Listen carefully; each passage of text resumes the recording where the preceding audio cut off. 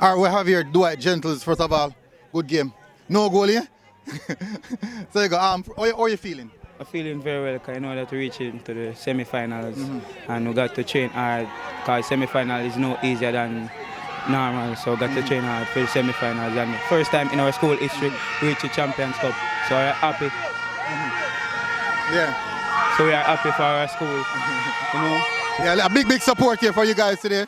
Advanced semi-finals for you. Can you tell the supporters, how old are you? 17 years old. And which month you turn 17? April. You say you have a two or one more year.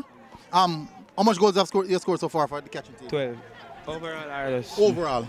We scored 18 last season and 12 this season. So. All right. You think you have more in your coming this season? Sure. In the semi-finals, I got to score. You know. You definitely need to find the back of net. So so far, how you think your season is going so far? It's not going good because last season I scored more goals than this season, so I need to work hard so I can top what I scored last season. All right, big up yourself here and congrats on Tuesday, yeah?